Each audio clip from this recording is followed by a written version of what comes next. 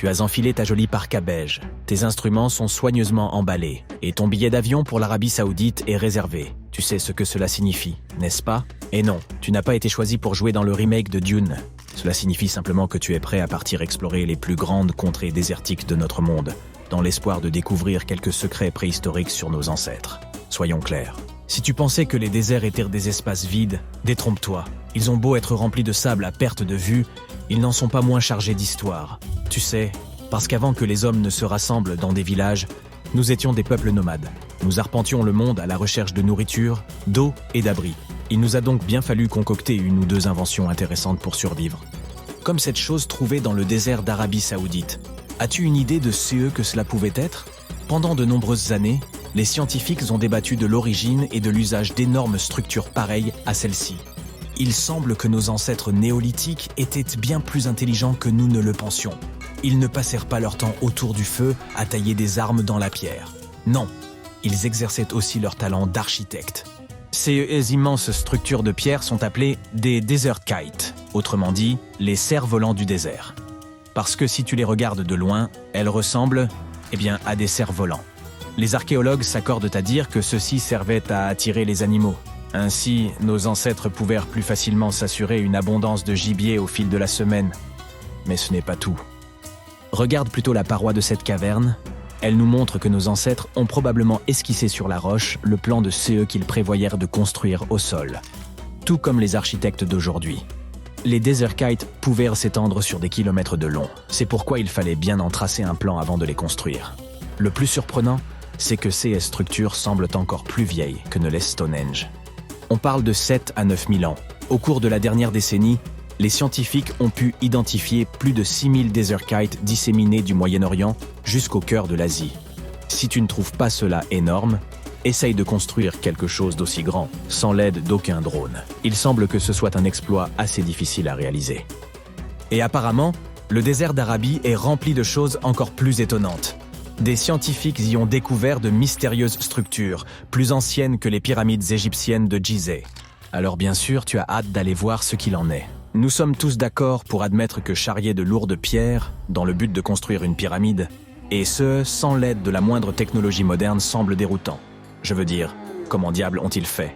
Imagine maintenant que tu reviennes plusieurs milliers d'années en arrière et que tu retrouves les hommes qui ont construit ces gigantesques structures dans les régions les plus désolées. Jette donc un coup d'œil à ces mustatil. Il s'agit de structures rectangulaires construites à partir de pierres empilées et éparpillées sur une superficie de 200 000 km². Certains archéologues pensent que ces monuments étaient utilisés à des fins rituelles. Des processions, peut-être, où les pèlerins se rendaient d'un bout à l'autre du plateau. Passons maintenant à une autre zone désertique. Nous pénétrons dans le célèbre désert du Sahara. N'est-ce pas magnifique? Ici, tu es sur le point de trouver la réponse à un mystère ancien que les chercheurs ont mis des années à résoudre. Fait notable, le désert du Sahara est le plus grand désert chaud du monde. Il s'étend sur 8 à 9 millions de kilomètres carrés, ce qui représente environ 15 fois la France. On précise que c'est le plus grand désert chaud, parce que la plus grande zone désertique du monde n'est autre que l'Antarctique. Mais nous savons tous que les températures y sont glaciales, ce qui est un peu aux antipodes de l'image que l'on se fait d'un désert. Au fin fond du désert, près de la ville algérienne de Fogaret-Ezouat, quelque chose d'étrange a été découvert. Depuis des décennies, ces petits points ne cessèrent d'apparaître sur les images de Google Earth, mais personne ne pouvait expliquer de quoi ils retournaient. Certains scientifiques étaient persuadés que ces cercles étaient le résultat de l'activité pétrolière dans la région. D'autres pensèrent qu'il s'agissait d'anciennes fogaras, autrement dit d'anciens puits. On en compte des dizaines, s'étendant en ligne droite sur des kilomètres et des kilomètres. Mais ce qui est étrange, c'est qu'elles sont toujours très éloignées de toute ville, de toute route ou de toute activité humaine en général. Quelle était, ou quelle est peut-être encore, leur raison d'être? Si tu devais deviner, qu'en dirais-tu? Tu te souviens que nous avons parlé du fait que nos ancêtres avaient dû faire preuve d'ingéniosité pour survivre en plein désert. Essayons de nous mettre à leur place pendant 1 minute. Imagine que tu sois un chasseur-cueilleur nomade vivant dans une région aride.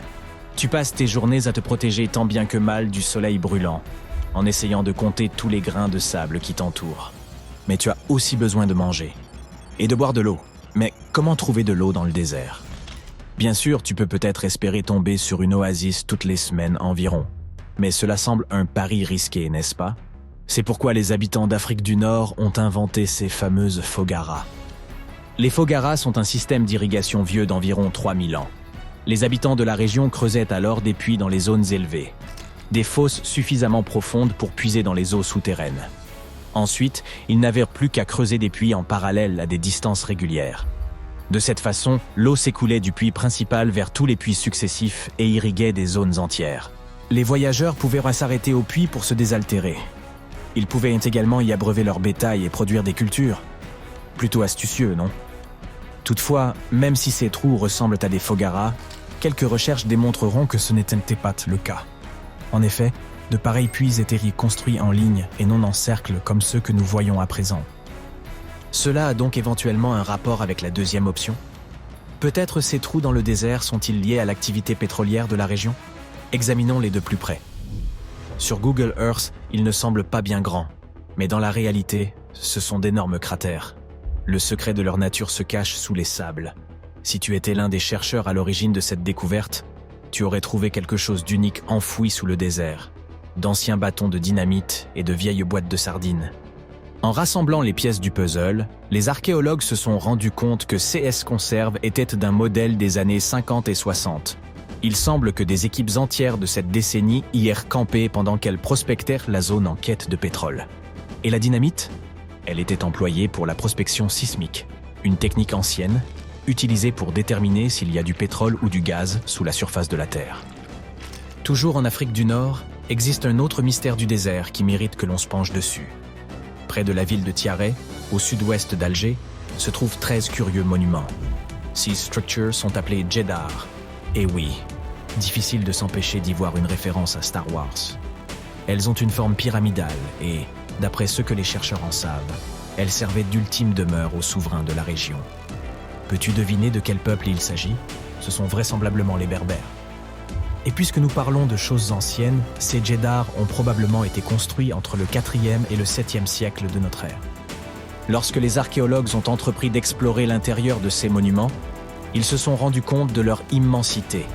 Ils y ont découvert de grandes voûtes souterraines, des alcôves et des couloirs semblables à des labyrinthes, qui donnaient accès à plus de 20 chambres différentes. Il faudrait jusqu'à 2 heures pour s'y promener de long en large. Et apparemment, nos ancêtres ont également utilisé ces murs pour représenter des animaux et des scènes de chasse. Il n'y a cependant aucune preuve absolue de l'usage que l'on faisait de ces Djedar, hormis leur fonction funéraire. En attendant, je suis sûr que les déserts de notre monde regorgent de bien d'autres mystères qu'il nous appartient encore de découvrir. On se reverra donc une prochaine fois pour continuer nos explorations.